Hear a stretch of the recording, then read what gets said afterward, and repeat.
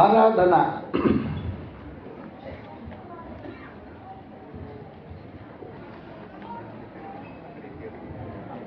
పితృ యుగంలో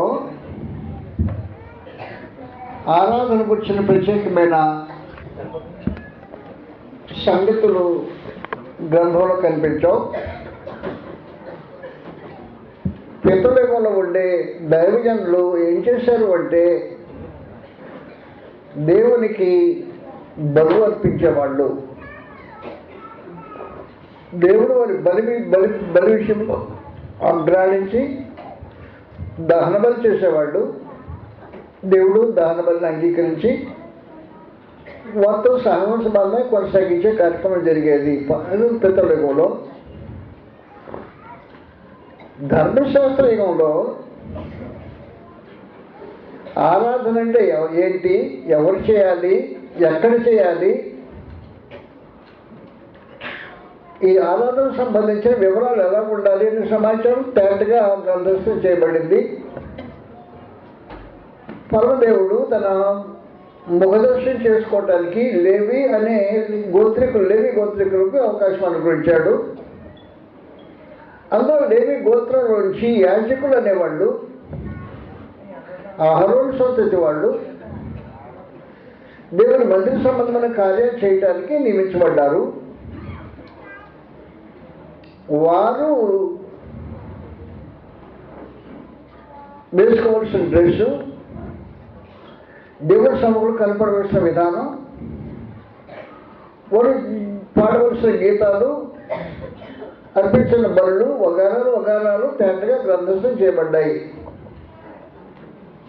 అయితే ఒక మాట, ధర్మశాస్త్రం రాబోతున్న మేలును చేయగలదే కానీ నిజ స్వరూపం కలిగింది కాదు కనుక ఛాయగా అంటే నీడగా, నిజ స్వరూపానికి నీడగా చూపించబడింది ధర్మశాస్త్రం. కొత్త నిబంధన యొక్క నిజ స్వరూపము ధర్మశాస్త్రంలో నీడగా చూపించబడింది. కాబట్టి ధర్మశాస్త్రంలో ఏ సంగతులు ఉన్నాయో అవసరమైన కాడ పరమ దేవుడు మార్పు చేశాడు. మార్పు చేసి ఆరాధన ఎలా చేయాలి అని కొత్త నిబంధనలు ప్రత్యేకించి సూచించారు. కాబట్టి ఆరాధన ఎవరికి చేయాలి, ఎక్కడ చేయాలి, ఎవరు నడిపించాలి, వారు చేయాల్సిన కార్యక్రమాలు ఏంటి, ఆరాధన వల్ల ప్రజలకు వచ్చే మేలేంటి మొదటి సంగతులు గ్రంథస్థం తేటగా మాట్లాడబడింది. ఆ సంగతి నేను మీకు తెలియజేశాను. మళ్ళీ జ్ఞాపకం చేస్తున్నా. ఇప్పుడు ఆరాధన తండ్రి దేవుడికి చేయాలి. ప్రభువైన యేసు భూమి మీద జీవించిన దినాల్లో తాను కూడా తండ్రిని ఆరాధన చేసిన వాడే ఆరాధన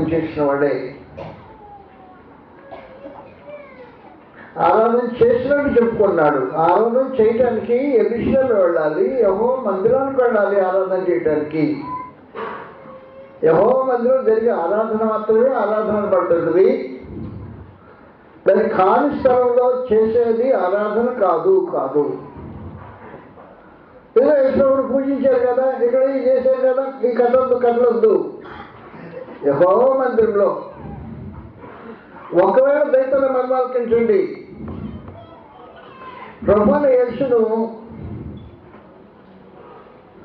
జనులు ధర్మశాస్త్ర కాలంలోనే ఆరాధన చేస్తే తప్పు చేసిన వారు ఉంటారు. ఎందుకు తప్పు అయి ఉంటుందంటే జాగ్రత్త గుర్తుపెట్టుకోవాలా. ధర్మశాస్త్ర నిబంధన కొనసాగుతుంది. రోమిలికి 7వ అధ్యాయంలో సమాచారం రాబడింది. రోమిలికి 7వ అధ్యాయంలో మొదటి నుండి ఈ సమాచారం ఇలా తెలియజేయబడింది. చదువుతాం. సహోదరులారా, మనుషులు బ్రతికినంత కాలమే ధర్మశాస్త్రము అతని మీద ప్రభుత్వం చేస్తుందని మీకు తెలియదా? ధర్మశాస్త్రము ఎరిగిన మీతో ధర్మశాస్త్రం ఎరిగిన మీతో మాట్లాడుతున్నా. భర్త గల స్త్రీ భర్త బ్రతికినంత వరకే బ్రతికున్నంత వరకే ధర్మశాస్త్రం వల్ల బదులాడు కానీ భర్త చనిపోయినట్టయితే భర్త విషయమైన ధర్మశాస్త్రం విడుదల పొందిన కనుక కాబట్టి భర్త బ్రతికి ఉండగా వేరొక చేరిన ఎడల వ్యభిచారిణి అనబడును. భర్త చనిపోయిన ఎడల ధర్మశాస్త్రం నుండి విడుదల పొందిన కనుక వేరొక పురుషుని వివాహం చేసుకొని వ్యభిచారిణి కాకపోను.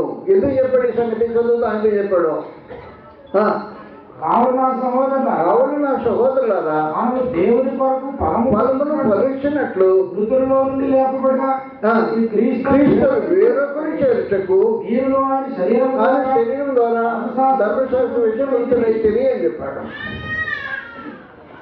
ధర్మశాస్త్రంలో ఒక భర్త బతికున్నాడు. క్రీస్తు అని వేరొక భర్త దగ్గరికి వెళ్తే వ్యభిచారం చేసినట్టు అవుతుంది. కాబట్టి ధర్మశాస్త్రం సజీవంగా ఉన్నప్పుడు క్రీస్తు ప్రభు దగ్గరికి వెళ్ళి ఆరాధన చేసామంటే వ్యభిచారం అవుతుంది. ఇది అంగీకారం కాదు. అందువల్ల ధర్మశాస్త్ర కాలంలో క్రీస్తు ప్రభు ఆరాధించబడలేదు. వీరు పూజించని, వారు కృతజ్ఞతని, ఇద్దరు మొక్కిని ఇంకిలని మాటలు ఉంటాయి ఈ గ్రంథంలో. ఆ మొక్కిని పూజించి అనే మాటలు కూడా ధర్మశాస్త్రంలో భర్త బ్రతికుండగా క్రీస్తు దగ్గరికి వెళితే వ్యభిచారిణి అనబడుతుంది. ఇశ్రాయేలు జనాంగం, యూదా జనాంగం వ్యభిచారిణి అనబడుతుంది. భర్త చనిపోయింది ఎడలా ధర్మశాస్త్రం చనిపోయింది అనుకో. కల్వరి శిలువలో ధర్మశాస్త్రం చనిపోయింది.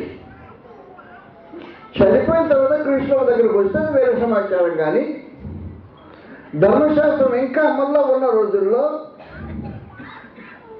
ప్రభానేసు జన్మించాడు. ప్రభానేసు జన్మించినప్పుడు మనుషులు ఆయన ఆరాధించి అని చెప్పే మాటలు కేవలం అబద్ధాలు. అందువల్ల ప్రభానేసును ఎవరు ఆరాధన చేయలా. ధర్మశాస్త్రం భర్త బ్రతికున్నాడు.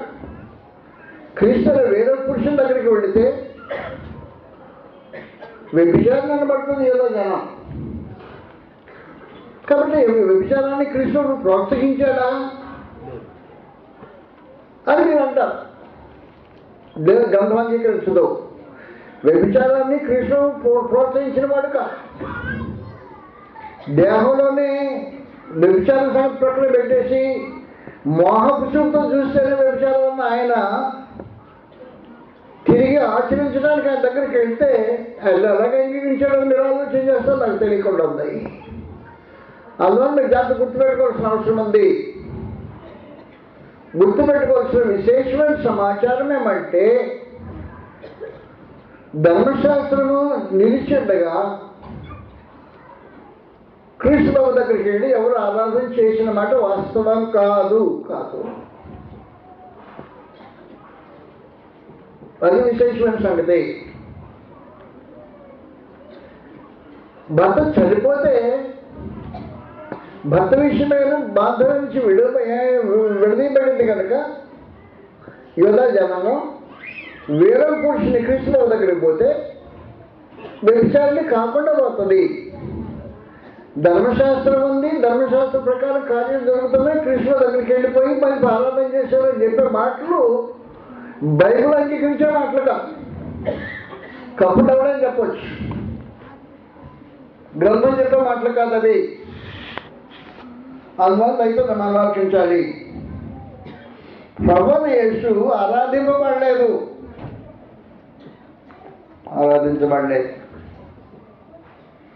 ఆరాధన అంటే అర్థం చెప్పాను నేను మీకు, నిర్వచనం చెప్పాను. దేవుని మందిరములో ప్రభువైన యేసు దేవుని మందిరంలో ఎప్పుడు ఆరాధించబడినవాడు కాదు. దేవుని మందిరంలో మహోన్నతుని ఆజ్ఞ మేరకు క్రమబద్ధమైన కార్యాలు జరిగించడం ఆరాధించడం. అది ఆరాధించడం అంటే ఆయన దండం పెట్టాడు, ఈ నమస్కారం చేశాడు, సాగిలు పడ్డాడు ఆరాధనక.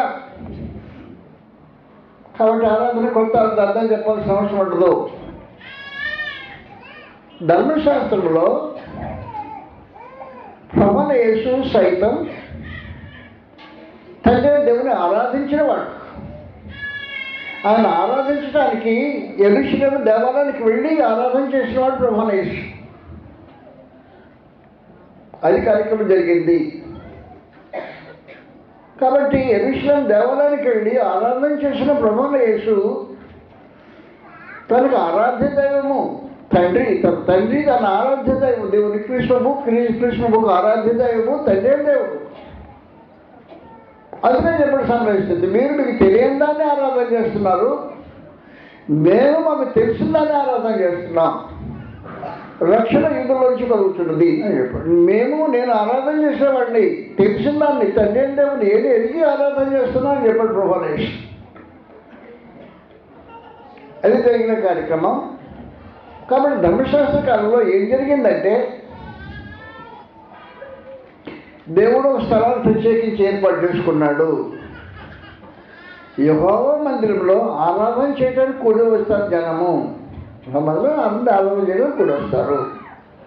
యెహోవా మందిరము యెరూషలేములో మాత్రమే ఉంది, ఇంకెక్కడ లేదు. కాబట్టి ఆరాధకులు యెరూషలేము వెళ్ళేవాళ్ళు, దానికోసం వెళ్ళేవాళ్ళు ఆరాధన చేయటానికనే కార్యక్రమం. ఎక్కడంటే అక్కడ చేసేది ఆరాధన కాదు. అక్కడ చేసేది ఆరాధన కాదు. అందువల్ల ఆరాధన అనే మాటకు అర్థం తెలియక తోచింది చేసి మేము ఆరాధన చేసాం అనుకున్న వాళ్ళు మోసపోయిన వాళ్ళు. నీకు తోచింది చేస్తే ఆరాధన చేసినట్టు కాదు. దాన్ని స్వేచ్ఛారాధన అన్నారు.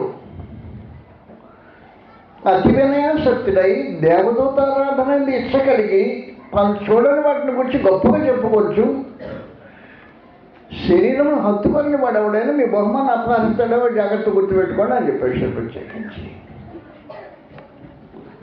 అది ఆరాధన కాదు, స్వేచ్ఛారాధన అంట. అది ఆరాధన, స్వేచ్ఛారాధన కూడా ఆరాధనే, తల్లక ప్రకారం దేవునికి అంగీకారమైంది కాదు. ఆరాధన దేవునికి అంగీకారం కావాలంటే స్వేచ్ఛారాధన దేవునికి అంగీకారమైన కార్యక్రమం కాదు. రెండు, తెలియబడకుండా ఎవరిని ఆరాధన చేస్తున్నావో నీకు తెలియకుండా చేసే ఆరాధన కాదు.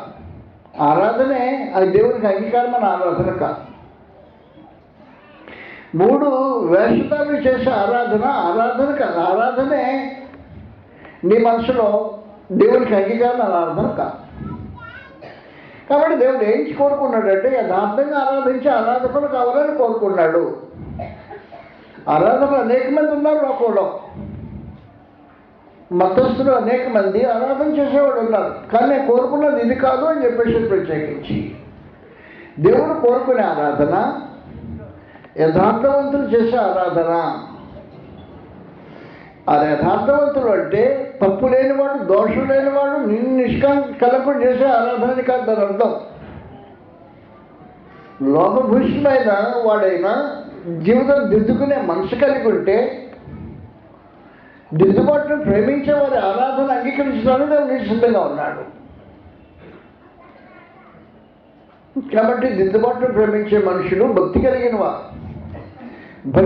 వారు చేసే ఆరాధన దేవునికి అంగీకారం. భక్తిహీనతను ఆయన అంగీకరించడు. రోమన్ రాసిన పత్రిక 1వ అధ్యాయంలో 18వ వచనంలో రాకూడదు. దుర్నీతి చేత సత్యమును అడ్డగించు మనుషుల యొక్క సమస్త దుర్నీతి మీదను భక్తిహీనత మీదను దేవుని కోపము పరలోకం నుంచి బయలుపరచబడింది. భక్తిహీనత మీద దేవుని కోపం పరలోకం నుంచి బయలుపరచబడుతుంది. భక్తిహీనతను దేవుడు అంగీకరించడు. భక్తిహీనులు చేసే ఆరాధన అంగీకారయోగ్యమైంది కాదు. భక్తిహీనుడు చేసే బోధ దేవునికి అంగీకారం కదా. నేను ఎవరి బోధ చేయమని అడిగాడు అంతే. నేను ఎవరు బోధ చేయమన్నాడు అన్నాడు. నీ బోధ అంగీకారం కావాలంటే నువ్వు భక్తి కలిగిన వాడు ఉంటేనే కుదురుతుంది, లేకపోతే బోధ అంగీకరించడం. కీర్తన 50 అధ్యాయంలో 16 వచనం ఇలా రాబడింది. కీర్తనలో 50 అధ్యాయం 16 వచనం ఏం చెప్పాడు అంటే, దేవుడు భక్తితో ఇలా సెలవిచ్చున్నాడు, నా కట్టడలను వివరించడం నీకేం పని? నా నిబంధన నీ నోట్లో ఉన్న నా నిబంధన ఎందుకు ఉంటుంది? ఉండవు వసించడమేమో అన్నట్టు. ఏ కథ ఎందుకు వంచబడి దిద్దుకోవటం నీకు అసహ్యం కదా. దిద్దుకోవడానికి మనసు లేనివాడు కదా భక్తిహీనుడు, దిద్దుకోవడానికి మనసు లేనివాడు. దోషం జరుగుతుంది, అర్థమైంది. దిద్దుబాటు ప్రేమించడం అనేది భక్తి, దిద్దుబాటును అసహించుకోవటం భక్తిహీనత. కాబట్టి భక్తిహీనుడు తన నోటకుండా నా వచ్చిన నా నిబంధనని పలకూడదు. భక్తిహీనుడు తన నోటకుండా నా నిబంధన పలకూడదు. నీ నోట నా నిబంధన వచ్చించడమేమి? దిద్దుబాటు నీకు అసహ్యం కదా. నీవు నా మాటలు వెనకనే చేస్తావు. మాటలు పట్టించుకో. దేవుని మాటలు పట్టించుకోవడం చాలా ప్రాముఖ్యంగా వస్తున్నట్టు. ఆయన మాటలు పట్టించుకుంటే మనుషుడు దేవునికి అంగీకారయోగ్యంగా జీవించడానికి అవకాశం ఉంటుంది. ఏదో మాట్లాడి అయిపోయిందని కార్యక్రమం కాదు. అందువల్ల ఎంత గుర్తుపెట్టుకోవాల్సిన అవసరం ఉంటుంది. భక్తిహీనత దేవుని సమ్మకంలో అంగీకరించబడేది కానే కాదు. భక్తిహీనత దేవుడు ఎలా సెలవిస్తున్నాడు, నా కట్టడలను వివరించడానికి నీకేం పని? నా నిబంధన నీ నోటుకుండా పలుకుతావు ఎందుకు? దిద్దుబాటు నీకు అసహ్యం కదా. కాబట్టి దిద్దుబాటును అసహించుకునేవాడు గ్రంథాన్ని పలకూడదు, మాట్లాడకూడదు. పరిస్థితి ఇది. అందువల్ల దిద్దుబాటు అనే ఒక విశేషమైన సమాచారం. లోపల కనబడకపోతే దిద్దుబాటు జరగదు. కాబట్టి వాస్తవానికి ఏం జరగాలంటే లోపాన్ని లోటును చూడగలిగిన యథార్థమైన కన్నుండాలి జీవితానికి. ఇక్కడ పొరపాటు జరుగుతోంది కాబట్టి నేను దిద్దుకుంటా. దిద్దుబాటు అసహ్యం అయితే నువ్వు భక్తిహీనుడు, కనీసం గ్రంథం మాట్లాడకూడదు, పలకూడదు, మాట్లాడే సమాచారం. పరిస్థితి అది గ్రంథానికి సంబంధించినంత మట్టుకు. దొంగలు చూస్తే వంత ఏకీపిస్తావు, వ్యభిచారంతో సంఘటన చేస్తావు, కొన్ని సహోదరులు మీద కొండలు చెప్తుంటావు, ఒకవేళ సంగతులు జరుగుతుంటావు.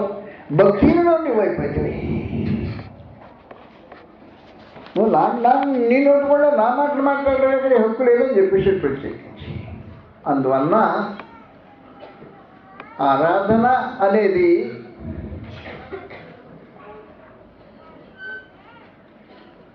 ధర్మశాస్త్ర యుగంలో దేవుడు ప్రత్యేకించి చెప్పింది ఏమంటే,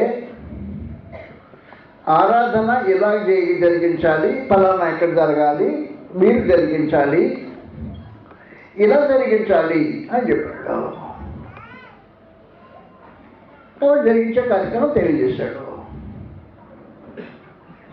యెహోవా మందిరంలో ఆరాధన జరగాలి. క్రొత్త నిబంధన ప్రకారం యెహోవా మందిరం అంటే క్రీస్తు సంఘము. క్రీస్తు సంఘమే యెహోవా మందిరం. ఆరాధన అక్కడే జరిగే క్రీస్తు సంఘమే జరిగించాలి. ఇంకెక్కడ జరిగేది ఆరాధన కాదు, ఇంకెక్కడ జరిగేది ఆరాధన కాదు, అక్కడ జరిగేది ఆరాధన. వాళ్ళైనా యథార్థవంతులైతే ఆరాధన జరిగించాల్సిన అవసరం ఉంటుంది. యథార్థంగా ఆరాధన చేయాలి, ఆత్మతో సత్యంతో ఆరాధన చేయాలన్నాడు.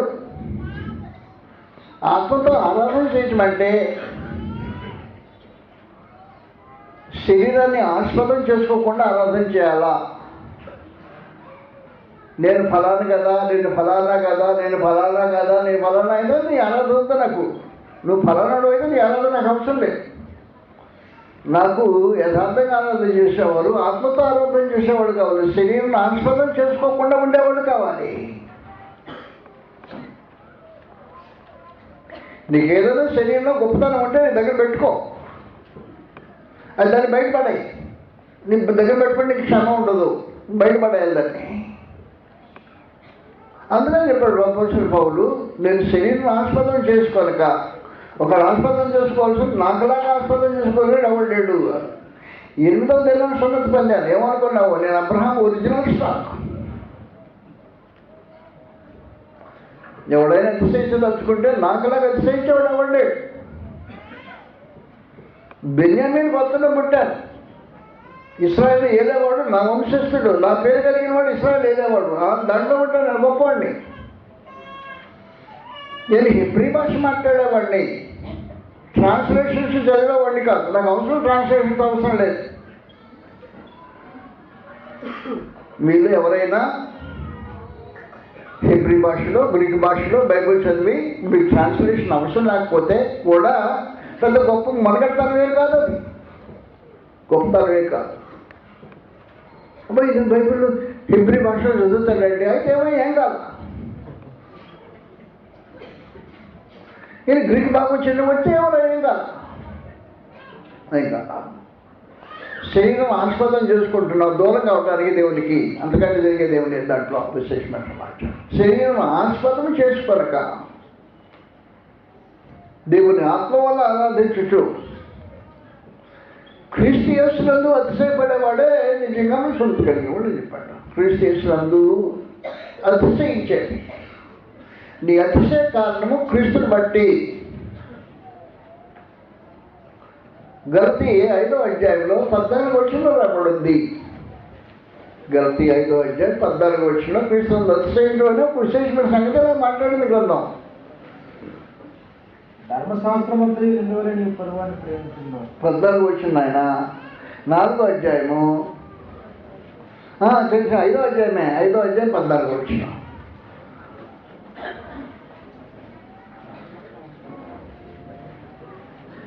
ఏమైంది? 6:14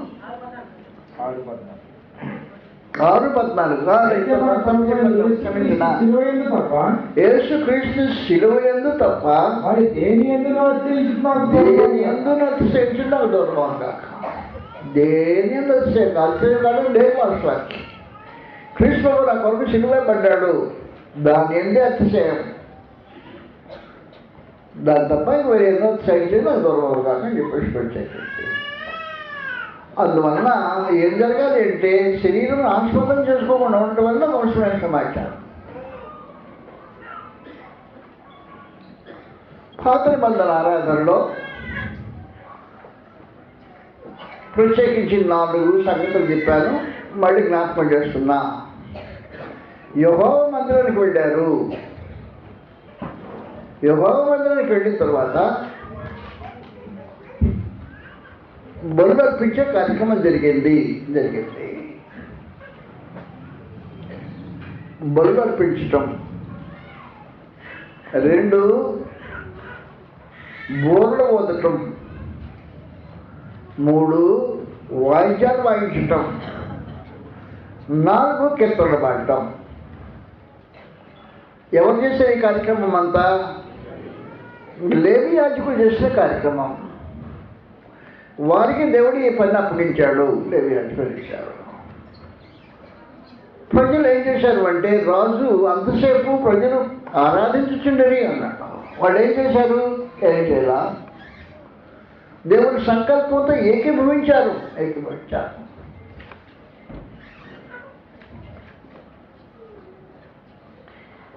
లేవితో కలిసి పాటలు పాడటానికి అనుమతి ఉన్నానని గ్రంథం అనుమతించాలి ప్రత్యేకించి.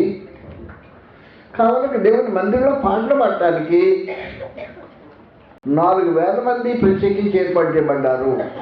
4,000 మంది, 4,000 మందికి వాయిద్యాలు ఉన్నాయి. మొదటి దినవృత్తాంతములు 23వ అధ్యాయము 4-5 వచనాలు రాబడింది. మొదటి దినవృత్తాంతములు వీరిలో 24,000 మంది యెహోవా మందిరపు పని విచారించేవారు గాను, 24,000 మంది పని విచారించేవారు గాను, యెహోవా మందిరం పని విచారించేవారు గాను, 6,000 మంది అధిపతులు గాను, 6,000 మంది అధిపతులుగా న్యాయాధిపతిగా నియమించబడ్డారు. 4,000 మంది ద్వారపాలకులుగా నియమించబడి. మరి 4,000 మంది స్తుతి చేయుటకు 4,000 మంది స్తుతి చేయుటకు దావీదు చేయించిన వాద్య విశేషులు వాయించి స్తుతించే వారిగా నియమించాడు. 4,000 మంది వాయిద్యాలు తీసుకొని, అంత పెద్ద ఆర్కెస్ట్రా ఎవరికి ఉందో నాకు తెలియదు దేశంలో, ప్రపంచంలో. ధర్మశాస్త్రంలో మాత్రమే అంత పెద్ద ఆర్కెస్ట్రా. దేవుడు కోరుకున్నాడు అలాగా. 4,000 మంది వాయిద్యాలు తీసుకొని వాయించడానికి కోరుకున్నాడు. వాయిద్య విశేషంలో వాయించుటకు లేవీలు ఏర్పాటు చేసి ప్రత్యేకించి. ఈ రోజున మనం ఏం చేయబోతున్నామంటే, మీ టైం అయిపోయింది, ఏం చేయాలో నాకు తెలియట్లేదు. ఊరికి అయిపోతుంది మీ టైము.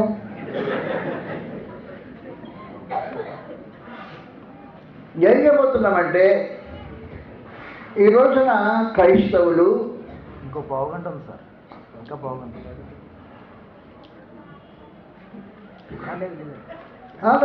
అసలు ఉంటారా? మంచిదే, ఇంకొక అరగంట ఇచ్చేయండి, నాకు ఇబ్బంది లేదు. మీరు జాగ్రత్త గుర్తుపెట్టుకోండి ఈ సంగతిలో. కొత్త నిబంధనలో వాయిద్యం ఉంది. మీరు ఎప్పుడైనా చూసారో లేదో నాకు అర్థం కాల. వాయిద్యం లేకుండా వస్తున్నారు మనుషులు. ఆరాధనకి వాయిద్యం లేకుండా వచ్చేవాళ్ళు ఎవరైనా ఉన్నారా? వాయిద్యం లేకుండా ఎవరైనా వచ్చారా ఆరాధన చేయడానికి? నమ్మకం చూస్తున్నారు. వచ్చారో లేదా మీకు తెలియాలి, మీకే తెలియాలా వచ్చారో లేదా? చెప్పిన వాయిద్యం మాత్రం వాయించలేళ్ళు.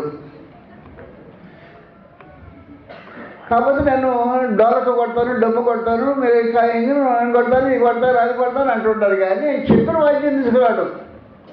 ఏం ఆరాధకుడో నాకు తెలియదా. వాయిద్యం వాయించకుండా వాయిద్య ఆరాధన లేదు కొత్త నిబంధనలో. కొత్త నిబంధనలో వాయిద్యం వాయించకుండా ఆరాధన లేదు. ఏ వాయిద్యం అంటే ఇది గ్రంథంలో రాబడింది. ఎఫెసీయులకు రాసిన పత్రిక 5వ అధ్యాయంలో 19వ వచనంలో రాబడింది.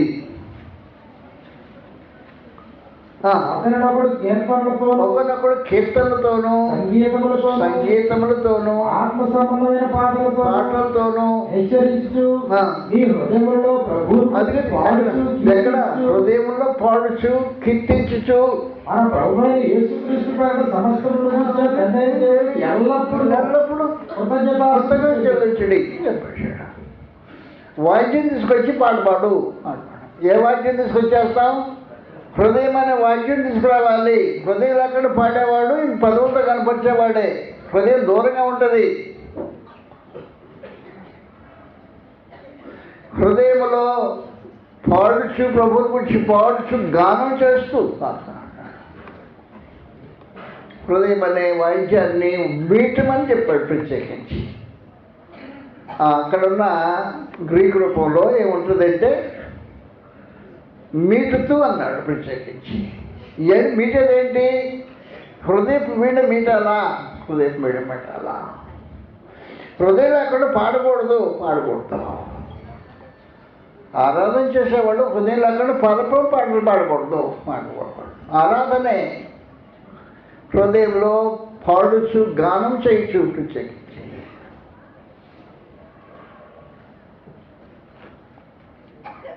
హృదయం లేకుండా ఎన్నిసార్లు పాడాం? ఎవరి కాళ్ళు నాకు సంబంధం లేదు. హృదయం లేకుండా ఎన్నిసార్లు పాడాం? ఆ రోజున ఆరాధన చేసామా? కాబట్టి దేవుడు ఆజ్ఞాపించి ప్రత్యేకించి నీ హృదయం మీద మీటు హృదయంలో పాడుచు, గానం చేయొచ్చు, గానం చేయొచ్చు. హృదయం మీద పెట్టాల్సిన అవసరం ఉంది.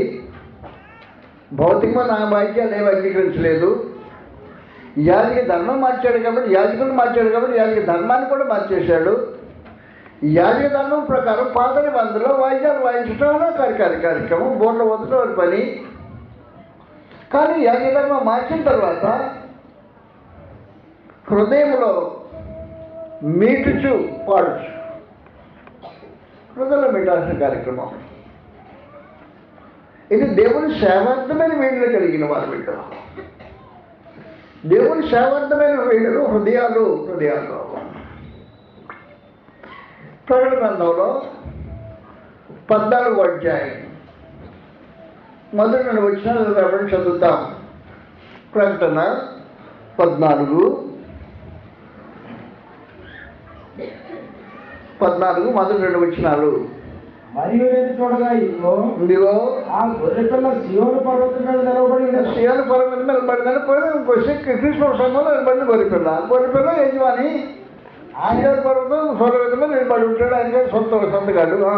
ఆయన నామమును ఆయన తండ్రి నామమును నొసలి ఎందు లిఖింపబడి ఉన్న 144,000 మంది ఆయనతో కూడా ఉండేది. ఎవరున్నారు? కృష్ణ సంఘం ఉన్నారు కృష్ణతో పాటు. మరియు విస్తారమైన జనుల ధ్వనితోను గొప్ప ఉరుముతోను సమానమైన శబ్దం పరలోకం నుండి రాగా పెట్టింది. నేను విన్న ఆ శబ్దము వీణలు వాయించుచున్న వైణికుల నాదమును పోలినది. వీణలు వాయించితే ఎంత వినసొంపుగా ఉంటుందో, ఆ వినసొంపుతో కలిగిన రూపంలో మనం దేవునికి స్థుతియాగం చేశారు జనం. చదువుతాం. అది మనం వీణలు వాయించడమా కాదు. వారు సింహాసనం ఎదుటను 4 జీవులు ఎదుటను పెద్దలు ఎదుటను భూలోకము నుండి కొనబడిన 44,000 కృష్ణ సంఘం. అది కృష్ణ సంఘం. భూలోకం నుంచి కొనబడిన వారు కృష్ణ సంఘాన్ని అన్నాడు ప్రభానేసు. రక్తంతో కొన్నది కృష్ణ సంఘం. ఆ 140,000 మంది సింబల్ అది కృష్ణ సంఘానికి. భూమి మీద ఉన్న కృష్ణ సంఘానికి సింబల్ 144,000 అని చెప్పేసి ప్రత్యేక ఈ సమాచారం. ఆ 144,000 మంది కృష్ణ సంఘము, భూమి మీద ఉన్న కృష్ణ సంఘము ఏం చేశారు? మరి ఎవరు ఆ కీర్తన పాడారంట. కీర్తన పాడితే ఎలా ఉంది? ఉరుము లాంటి గంభీరమైన స్వరంతో జలప్రళయంలో ప్రవహించి జలముల చదువుతున్నట్లు వీడిని వాయించుకున్న వైదికుల నాదులు పోలినది. పైన ముందు చదువుకోగలి వచ్చిన చదువునైనా అది సంగతి. విస్తారమైన జలముల ధ్వనితో శబ్దంతోనూ సమానమైన ఒక శబ్దం పరలోకం నుంచి వచ్చింది. ఈ శబ్దం ఏ శబ్దం ఇది? వీణులు వాయించుకున్న వైణికుల నాదమును పోలినది. వీణులు వాయించుకున్న నాదం కాదది, వాడు దాన్ని పోలి ఉంది. ఎలాగుంది అంటే గురువు లాంటి గంభీరంగాను, జలప్రవాహంలో దూరమలే లయబద్ధంగాను, వీణులు వాయించుతున్న వైణికుల నాదంలాగా వెలుసొంపుగాను శ్రవ్యగానంగా ఉండిపోయింది. ఒక పాడే పాట గలిగిన కార్యక్రమం అది. ఇలా పాడటానికి మనం నేర్చుకోవాల్సిన అవసరం ఉంటుంది. మేము కూడా పాడేసాం పాటలు పాడేసాం. నీకు 3 రకాలైన నువ్వు పాడితే 3 రకాలైన పోలికలు చెప్పాడు ప్రత్యేకించి. గంభీరంగా ఉరుము వంటి గంభీరమైన శబ్దంగా, 2 జలప్రవాహముల దొరిలాగా లయబద్ధంగా, 3 వీణులు వాయించిన వైణికుల నాదంలాగా ఉంది పాడబడితే. అలా పాడమన్నాడు ప్రత్యేకించి. ఎప్పుడు జరుగుతుంది? హృదయంలో పాడితే గానం చేస్తే జరిగే కార్యక్రమం. 15వ అధ్యాయం ప్రకటన గ్రంథంలో 2వ వచనం నుండి చదువుతాం. మరియు అగ్నితో కలిసి ఉన్న స్ఫటికం సముద్రం వంటిది ఒకటి నేను చూచితిని. ఆ క్రూర మృగమును దాని ప్రతిమకును దాని పేరుగల సంఖ్యకును లోబడక వాటిని జయించిన వారు దేవుని వీడలు కలవాలి. దేవుని వీడలు హృదయాలు, దేవుని వీడలు. 3 దేవుని హృదయ వేడులు కలవాలి. ఆ స్ఫటిక సముద్రంలో నిల్చుండి చూచితిని. వారు ప్రభువా సమాధికారి, నీ క్రియలు ఘనమైనవి యుగములకు రాజా, నీ మార్గములు న్యాయములను సత్యములైనవి. ప్రభువా నీవు మాత్రం పవిత్రుడు, నీవు మాత్రం పవిత్రుడు. నీకు భయపడిన వాడెవడు? ఎవడు? నీ నామమును మహింపరిచిన వాడెవడు? నీ న్యాయ విధులు ప్రత్యక్షపరచబడవు కనుక జనములందరూ వచ్చి నీ సన్నిధిని నమస్కారం చేస్తారని చెప్పుచు దేవుని దాసులకు మోషే కీర్తనయు గొర్రెపిల్ల కీర్తన పాడుతున్నారు. గొర్రెపిల్ల కీర్తన పాడుతున్నారు. విమోచన గానం పాడుతున్నారు. విమోచన గానం చేస్తున్నారు. కాబట్టి పాటలు పట్టడం కాదు, హృదయంలో మీటుతూ జరిగే కార్యక్రమం. ఆరాధనకు సంబంధించింది. నీ హృదయపు వీణే తీసుకురాకుండా వచ్చేవనుకో, నువ్వు చేసేది ఆరాధన కాదు. అయితే దాన్ని మర్చిపోయించానండి, అది ఒకళ్ళు పనికిరావండి. ఇక్కడ మర్చిపోయిస్తే ఖచ్చితంగా తీసుకురావాలి. ఎక్కడ తీసుకురావాలి? ఆరాధనకి హృదయం తీసుకొచ్చి ఎక్కడ పెట్టాలి అంటాలి. హృదయం తీసుకొచ్చి పెట్టి దాన్ని వీణను మీటాలే అవసరం అంటారు. నీ హృదయంలో పాడుచు కీర్తించు. అందువల్ల ఆరాధన అంటే ఏదో పాడడం బ్రదరు కాదు, గుర్తుపెట్టుకో. వీణలు మీటకుండా, హృదయ వీణలు దేవుడి సముఖంలో మీటకుండా పాడే పాట ఆరాధన కాదు.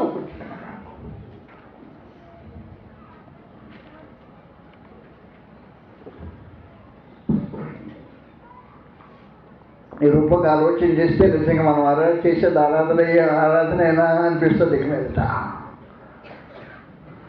మిమ్మల్ని అలాగే అనిపించడానికి ఉద్దేశించట్లేదు నేను. దిద్దుబాటును ఉపయోగించండి. యథార్థవంతులు దిద్దుకుంటారు, లోపాలను గుర్తించి సరి చేసుకుంటారు, దేవుని సన్నిధిలో అధికారయోగ్యంగా బ్రతకటానికి ప్రయత్నం చేస్తారు యథార్థవంతులు. ఇది జరగాల్సిన కార్యక్రమం. పాటలు వాయిద్యాలు తీసేశాడు, కానీ అసలు వాయిద్యం పెట్టాడు. అసలు వాక్యం మీద తెలిసిన నీ హృదయపు వీణే దేవుడి సభకులో మెట్టుపట్టడం అవసరపడ్డది. ఈ ప్రజలు తమ పెదవులను కనపడుతున్నారు. హృదయం దూరంగా ఉంది అన్నాడు. అది దూరంగా ఉండి చేసే పని, పెదవులతో చేసే కార్యక్రమం ఆరాధన అంగీకారయోగ్యమైంది కాదు. పరిస్థితి అది. అందువల్ల దయచేసి మనం ఆలకించండి.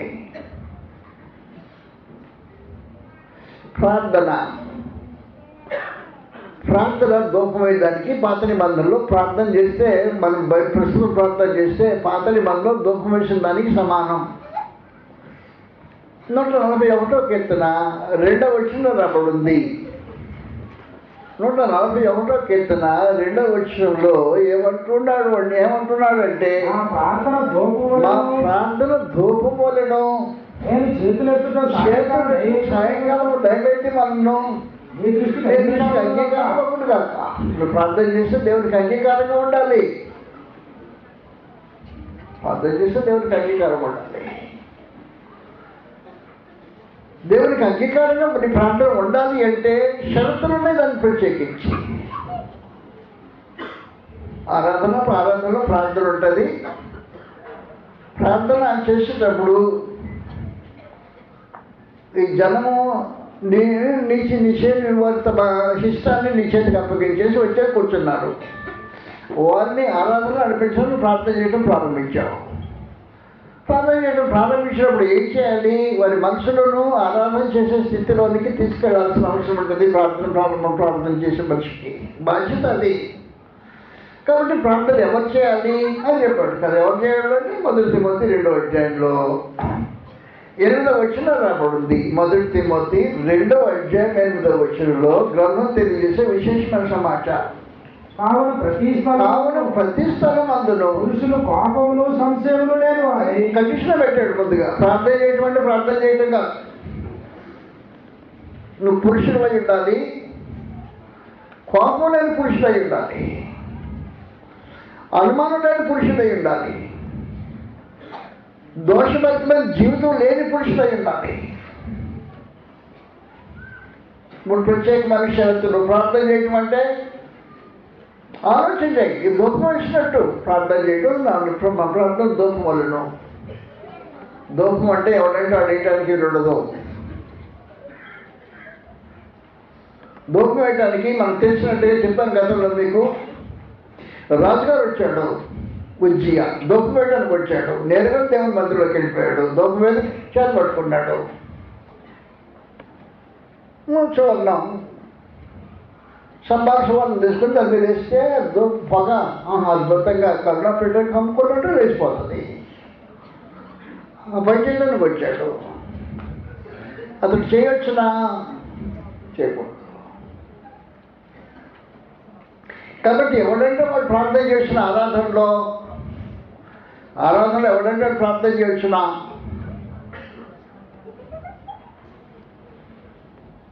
దేవునికి అంగీకారం అయితే ఆరాధన ఎవడంటే ప్రార్థన చేయడానికి ఉండదు. ముందు నీవు కోపం లేనివాడు, అనుమానం లేనివాడు, అద్భుతమైన జీవితం లేనివాడు అయి ప్రార్థన చేయాలా. అద్భుతమైన జీవితం జీవించుతూ ప్రార్థన చేసి ఎక్కడ పోతుందో ప్రార్థన అని చెప్పేసి ప్రత్యేకించి నాకు ఛాన్స్ ఇవ్వలేదు బ్రదరు, నాకు ఈ ఛాన్స్ ఇస్తే బదిలీ చేసేవాడిని. అవును, బదిలీ చేసేవాడు. నీ ఛాన్స్ ఇవ్వలేదు ఇచ్చేవాడు. ఒక ఆయన నా మీద అడిగాడు, ఛాన్స్ ఇవ్వలేదని, ప్రార్థన చేయడానికి ఛాన్స్ ఇవ్వలేదని. నేను ఇంత దూరం నుంచి వస్తే నాకు ప్రార్థన చేయడం వాళ్ళ మధ్య ఛాన్స్ ఇవ్వలేదని అడిగాడు. నేను బాధపడ్డాను. దేవుని కండిషన్లో దాని జాతకం ఆలోచించాను. ప్రార్థన చేసేవాడు ధూపం వేసేవాడు. ధూపం వేసేదానికి ఏం చేయాలంటే చెప్పాడు. అక్కడ ధూపం వేసే పరిస్థితి వేరు, ఇక్కడ ధూపం వేసే పరిస్థితి వేరు. ఇది ప్రార్థన ధూపం అంటే ఏం చేయాలంటే కోపం లేనివాడు ఇంటికాడ కీసులు ఆడుకొని బయటపడి ఆరాధనకు వచ్చి కూర్చున్నాడు. ప్రార్థన చేయమని అడిగాడు, ప్రార్థన చేశాడు. వేస్ట్ అయిపోయింది ఆరాధన. ఇంటికాడ కీసులు ఆడుకొని వచ్చి కూర్చున్నావు, కోపంతో వచ్చి కూర్చున్నావు, సమాధానం అక్కడ వచ్చి కూర్చున్నావు. ఈ బాధ్యత నీకు. నువ్వు ప్రార్థన చేయొచ్చునా? ఆరాధనలో ప్రార్థన చేయొచ్చునా? కోపమును సంశయం లేనివాడై పవిత్రమైన చేతులెత్తి, పవిత్రమైన చేతులెత్తడానికి జీవితం పవిత్రమైన ఉండాలి. చేతులు పవిత్రంగా ఉండడానికి పవిత్రమైన చేతులెత్తి ప్రార్థన చేయాలని కోరుతున్నా. నీకు ఛాన్స్ కాదు, ఇవి ఛాన్స్ ఇవ్వటం కాదు, 10 మందిలో కనపడడానికి ఛాన్స్ ఇచ్చే పరిస్థితి కాదు ఇది. ఆరాధన కోరేది పక్కమంది దేవుడు. అందువల్ల ఆరాధనలో చాలా రకాలైన మార్పులు జరగాల్సిన అవసరం ఉంటుంది. తీక్షణంగా ఆలోచించేద్దాం. మన ఆరాధన ఎంతవరకు ఇంతకాలమే చేసిన ఆరాధన దేవుడికి ఎంతవరకు అంగీకారయోగ్యంగా ఉందో ఆలోచన కలిగి ఉండడం చాలా ప్రాముఖ్యంగా వస్తున్నది. ప్రక్కన ఇంటి వాడి మీద కోపం వచ్చింది, వచ్చి కూర్చున్నావు. ఒక రోజున జరిగిన కార్యక్రమం, భయంకరమైన గవర్నమెంట్ పనికి పనిచేసేట మనిషి భార్య మాత్రం తగదనుకున్నారంట. కేసులు అడుగుతాను, ఎందుకంటే తెలియదు మొత్తానికి. మంచి దిండు తీసుకున్నాడు, దిండు తీసి పెట్టాడు. ఎంతలో బండి ఉంది, బండి చేసి దిండు మీద పెట్టాడు. బయటికి ఏం కనపడ్డా, లోనంతా అయిపోయింది. అమ్మాయి కోపాలకు వెళ్ళిపోయింది. ఈయన ఆరాధనకు వచ్చాడు, ఆరాధన చేయడానికి, కార్యక్రమం నడిపించడానికి. ఆరాధన కాదు. కోపమును సంశయం లేని వారై పవిత్రమైన చేతులెత్తి ప్రార్థన చేయాలని కోరుతున్నా. అది దేవుడు సంపూర్ణ ధూపం వేయటం.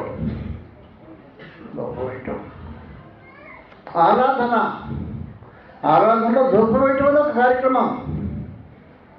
అది ప్రార్థన రూపంలో దేవుని సంపూర్ణ కాదు, ధూపం ఉండిపోతుంది. అందువల్ల నాకు ఒక ఛాన్స్ ఇచ్చారనుకో, నేనేం చేద్దాను, సారీ బ్రదరు నన్ను క్షమించండి అని వదిలిపెట్టి పక్కన తప్పుకుంటా.